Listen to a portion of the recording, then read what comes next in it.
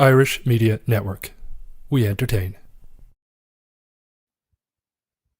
Good evening, folks, and welcome to Irish Media Network Sports Update. I'm your host, Joe Caulfield, and tonight we have an absolutely fantastic show for you. We're going to be talking all about football, and no better time because, as you well know, the Bundesliga started back at the weekend. It was the first league to start back with competitive play. The Scottish Premier League was brought to a halt yesterday and was all wrapped up, and the English Premier League, as of today, have started stage one of Project Restart, where they're going to gradually phase in getting back to competitive play. So we've loads to talk about and loads coming up in the show. I'm really excited because I have an excellent guest to help me do so. Just before that, if you would like to get involved and chat to myself and my guest, please hit the live comments with any questions and comments you have, and we'll answer them throughout the course of the show. So, without further ado, my first guest on today's show is the host of talkSPORT Radio's The Sports Bar, Eurosport Snooker, MUTV's Match Day Live, and according to his Twitter profile, has the best hair in show business, Andy Goldstein. Thank you so much for joining me. My pleasure. I think you put that picture up just to antagonise me, to remind me of what my hair looked like before lockdown. Look at it. I can only apologise. I mean, I'm wearing Alice bands and then my kids' ones just to control it. It's frightening. Andy, do you know how much I'm savouring this time right now? As a bald man, getting abused for the better part of a decade. This is my time in the sun. I'm loving it, man. Well, listen, I mean, it still looks great. It just looks badly great, if that makes sense. You know, it's now 7.5 out of 10 rather than a 10. Look, it's difficult to knock it. You got some serious growth there. I thought I've been monitoring your Twitter feed, and I thought Troy Deeney's tweet today might have rattled you a little bit. The fact that mid-July could be the staging point to get a haircut next. Yeah, that was the one thing that made me go, July haircut, rather than just should we be going back to football now? I don't know what I'm going to do. Loads of people are saying I should shave it off. I shaved it off once years ago when I lost a bet about Liverpool finishing top four. I said they wouldn't. They did. They finished second. So I had to have my head shaved to number 2. And my head is massive. My nose is massive. So I need like a big helmet to soften the blow. So getting rid of that would just be no good for me. Do you know something? You probably come from a long line of good hair growth. I came from a long line of baldies. My face is just genetically adapted to it. Yeah, but you look fine because that's just your look. But if all of a sudden I then took the shears to mine. Have you ever had hair, even when you were like 2? Yeah, for a good 20 years there, I was rocking a bit of hair growth. I like that you thought about that. You went, when I was 2, did I have hair? Yeah, I did. I rocked it for a little while. If you didn't shave it, would there be any patches, or is it just gone now? Oh, full Friar Tuck, pal. Like, so around here, good and nothing on top. Okay. Yeah, I mean, I'm looking at yours now. I'm thinking mine's not that bad. Cheers, Matt. Do you want to chat about football for a while, no? Listen, I'll chat hair all night if you want. But yes, let's move on to football. I think that's fine. Aside from that, how are you coping with lockdown in London? Like, what's it like? So in Ireland, it's restrictions are being loosened a little bit at the moment. What's it like over there? Personally, I'm dealing with it okay. So I'm very lucky I've got a garden, and I think that makes a huge difference, certainly when the weather's like it has been down south today. I'm very lucky as well. This allows me to, do talkSPORT still Sunday to Thursday, so that's not changed. My wife, we've got an agreement. I've got 2 little girls, so my wife does the homeschooling, and I don't, and that kind of works at the moment. I'm all right. I'm binging on Netflix. I love my own company. I like my own space. I love playing with the kids as well. So I'm absolutely fine. But I know loads of people are struggling with it, which is understandable as well. But with regards to what's it like, with social awareness and so on, I do feel I've got a little dog and I take him out every morning for a walk. And recently, maybe the last week, I have felt as though people are more relaxed in other people's surroundings, and the 2-meter rule isn't as strong as it has been over the last maybe 10 days. I took my daughter out. We went to the end of the road today and we got some food for this evening. And I was quite surprised at how many people were out, and how many people were out that obviously weren't related with each other, and they were like walking next to each other. So so I think everyone's sort of calming down a little bit at the moment. I don't know if that's right or wrong, but that's what the impression I'm getting. It certainly seems to be the trend. Generally across the board. You touched on something there that I wanted to chat to you a little bit about in terms of Netflix series. I saw you're watching The Last Dance at the moment, are you? Yes, I I've So for watched those who 8 don't know, it's the documentary about the Chicago Bulls 97-98 and run. Michael Jordan. Oh, it's incredible, isn't it? It's great. It's great. We were really lucky that we got the director of The Last Dance on my talkSPORT show. And one of my only problem with it, I said, I've got to wait every week for another 2 episodes. And he said the reason for that is because they haven't finished editing. It's as simple as that. Oh, really? So when everyone went into lockdown, they were still in the edit suites. But I haven't watched the last 2 because it's been Nor have sunny I. out. And I thought I'm just going to save it until it's raining. I think it rains Thursday. And I think I love sports docs. I've seen hundreds of them, and it's without doubt one of the best I've seen. It's unbelievable. The particular thing that stood out for me was just what an insatiable drive he had, and he was so competitive. And it leads to a good question to tip us into football a little bit. If you were to compare him to a footballer in the Premier League era, who would you see similar traits in? Wow. Well, I think it was really interesting that there was one episode where his teammates were discussing if he was a bully or not. And my thinking is you can't be the greatest at any sport unless you literally drag everyone around you up to your level. And they'll all, at the end of their careers, look back at all their medals, and perhaps half of them they might not have got had Jordan not, acted the way he did. And there are some players that remind me of that attitude. From say Roy Keane, what a wonderful captain he was for Manchester United. But with regards to level of play, Jordan's the greatest basketball player of all time. Roy Keane wasn't the greatest footballer of all. So I think he's got a mixture of a bit of Roy Keane about him. That kind of player. Yeah. He's obviously got more skill than anyone. So he's got a bit of Messi and Ronaldo. He's got a bit of defensive duty. He's just a complete package. I think. I wasn't a big basketball fan before I started watching. I knew nothing about it, nothing whatsoever. But from what I've seen over the 8 episodes so far, I think I'm in no doubt as to whether or not he's in the top 3 greatest sportsmen that have ever walked the planet. I mean, he's just exceptional. How great he was. Yeah, and I think actually you might have given some insight into why. In that, yes, I would say I'd really relate to his Roy Keane traits as a leader, as a captor, as a driver of the team, but far, far more skillful. And that's what kind of puts you into the stratosphere of all-time great athletes, that you have that combination of an insane talent and intense drive and willingness to be a bit of a dick and drive everyone around you on. Yeah. And I think you've got to have that, I also found it really fascinating that one of the big stories from the media, not from him, was his gambling debts. And I what's it got to do with the media? But B, if he's earning a gazillion £1, £1 million to him is like me and you having a tenner on a horse. Exactly. Yeah.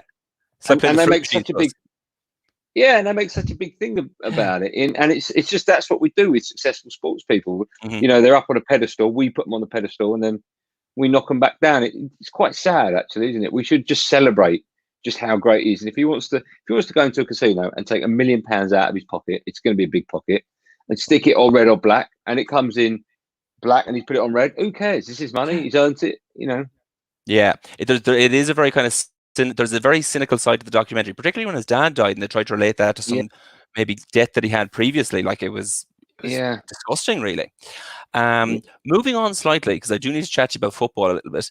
Okay. So the Scottish Premier League finished up yesterday. So the 12 clubs in the top flight met last week, and they said that it just wasn't feasible for them to play out the league.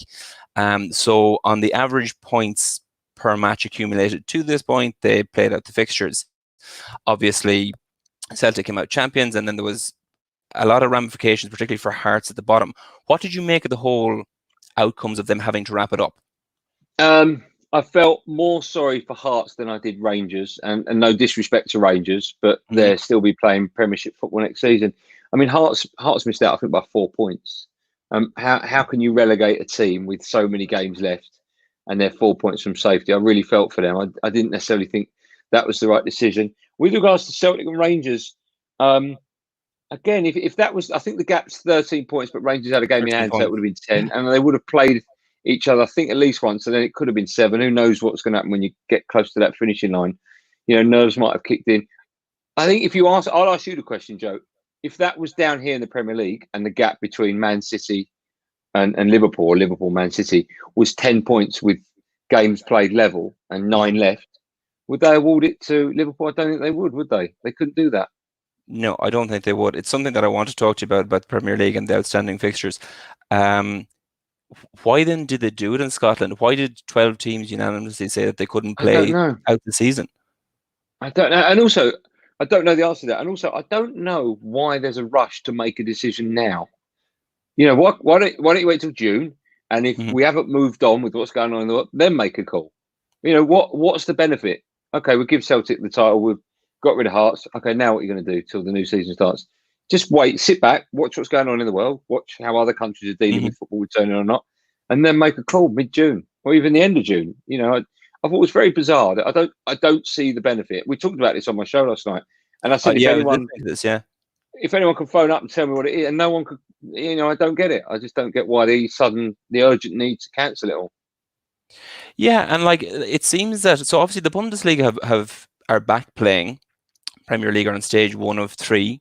Obviously, it's a provisional date of the 12th of June. It might be later than that, but surely there's time, as you say, to decide. Like the earliest you would have to go back is the end of August.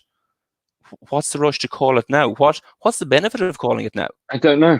I really don't have the answer to that, Joe. I wish someone could phone me up and tell me.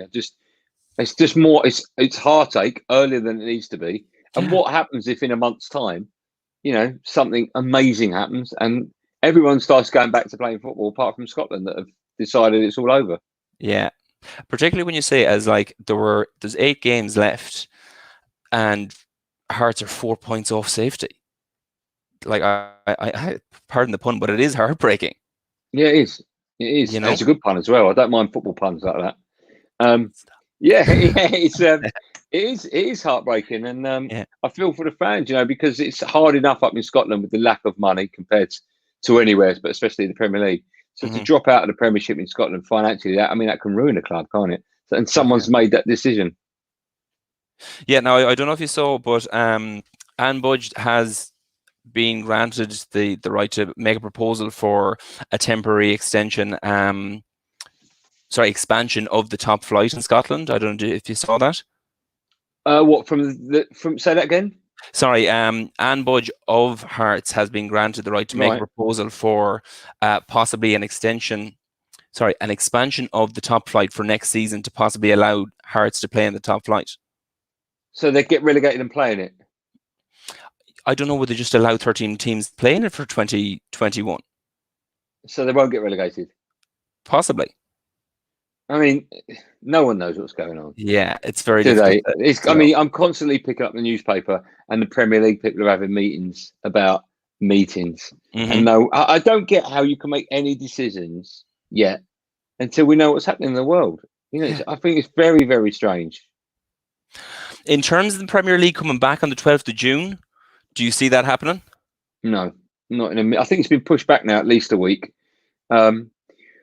I don't see it happening for a number of reasons. If they're training now, they've just come into training. You need at least from my understanding, having talked to pros and ex-pros, you need at least 4 or 5 weeks of pre-season under your belt, not just training, but pre-season. We saw in the Bundesliga that a few players who didn't have a lot of training under their belt either pull up injured during the game, or even a few got injured in the warm-up. I know they're allowing you to use a maximum of 5 subs now out in Germany. I don't know if that's the answer, but you know, we saw Troy Deeney's comments today. You know, and he made the one you alluded to at the top of the show.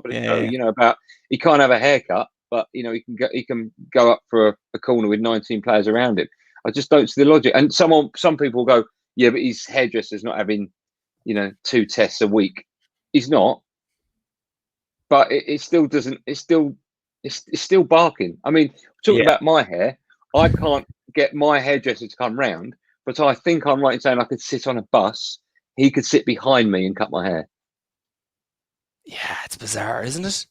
Yeah, when you put it in those terms, and like I know that there's a big step up as well between phase 1 and phase 2. So phase 1 is non-contact, only 4 players to a group, 70 minutes per session.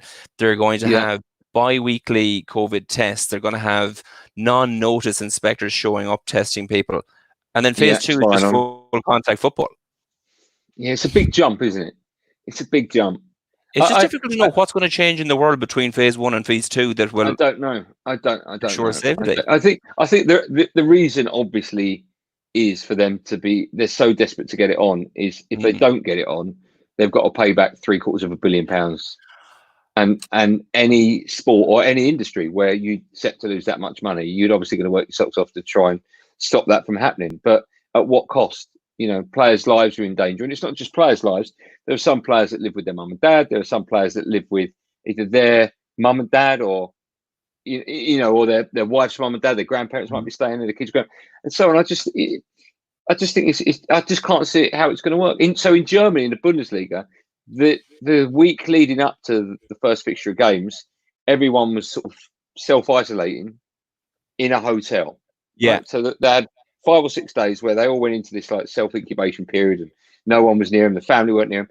Then they got the Bundesliga underway, and now what's happened is they've all been allowed back to their homes.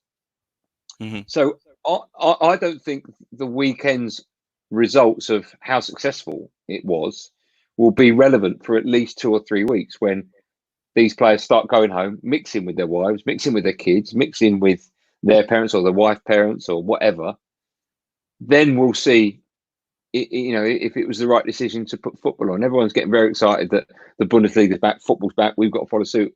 La Liga's got to follow suit, Italian football and so on. But I think it's far too early to start, jumping for joy and getting excited about football coming back, because we don't know yet. We really don't know yet. I mean, was it 6 players today in the Premier League tested positive as well? I didn't actually see the results, so they were out. Was it 6? Yeah. So they've taken them out of the clubs, and they're all self-incubating for 14 days now. I just, and even like Roy Hodgson, he's 72, I think he is, the Palace manager. Is he allowed in the dugout? How's that work in the dressing room? Does he talk to his players from behind a sheet of glass? I don't know. It's all, it's everyone's so desperate to get it back on. I'm not sure it's the right decision.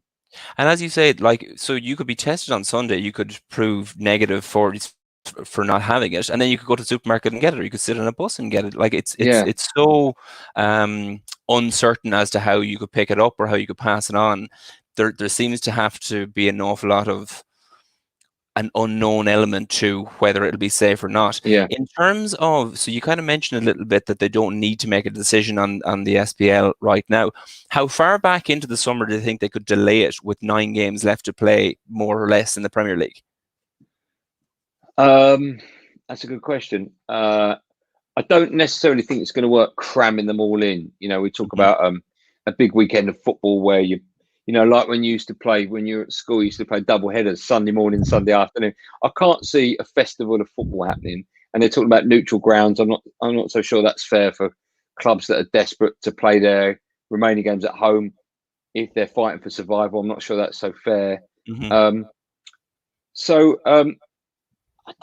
to get to a stage where you think we've just got to wrap it up now, because it could interfere with next season. And then, of course, if next season overruns, you've got the Euros at the end of next season. And then if that overruns, then you've got the start of the next season. Then you've got the World Cup supposedly around Christmas time the following year. So it's my view is if you get to a stage where it's too late, then stop this season. Not yet. We don't need to make that call yet. But stop the season. Don't relegate anyone. Crown Liverpool champions. And then I was going to ask you that. Would you just declare it void and not give it to Liverpool as a United fan? I would, but that's never going to happen. No. But it would give me. Top, it's not going to happen. No, it would give me great pleasure. And I'm being honest, as Liverpool fans would if it was happening to United. Of course. If by their title we just had an asterisk and it said champions and an asterisk and went, but you didn't win it. That'd be amazing, wouldn't it? Yeah. Give it to them, but spoil it forever. Yeah. We did on my show. We did a wind up on April Fool's Day. So my show goes across the night, so it finishes at 1 a.m. So at midnight it was April Fool's Day, and we did a prank saying we had embargoed news, and one of the Daily Mirror journalists was coming on to break it for us. So we set the whole thing up, and the news was that Liverpool were going to be given the title. But they were going to be given a trophy half the size of the real one, and it would be half a title. So it would read 18.5. And oh my God, I mean, I've never had so many irate Liverpool fans. Everyone. Everyone. It's a disgrace. Disgusting. Yeah. Listen, they deserve it. They're the best team by miles this season. So it would be wrong to scrap it. But give it to them. But a little asterisk, please. Yeah. That's all I want. Yeah. Just so, because then you don't even need to talk loudly. When a Liverpool fan says, "Yeah, we won the title," you can just murmur, just go, "No, you didn't." You don't even need to say it loudly. Just no, you didn't. Or just give one of them. Yeah, but did you? Really? Yeah. One of those. Or when they comments. say we won it, just go, "Giving it." You didn't win it. Yeah. Giving it. You didn't win Andy, it. you are a breath of fresh air to United fan. Hating this Liverpool season, I have to say. You're on talkSPORT tonight, 10 to 1, am I right? I am. Thank you for the plug. Yes, Sunday to Thursday, 10 p.m. to 1 a.m. Excellent. I'll be tuning in tonight as I did last night. Very kind. Thank you so much for coming on the show. It was absolutely fantastic. My pleasure. Be good and look after that hair, my friend. It is getting out of hand. Thanks, man. Take it easy. That's our show for you this week, folks. Thank you so much to Andy for joining me. Please join us again next week. As always, look after yourself. Take care. Be safe out there. And we'll see you next week.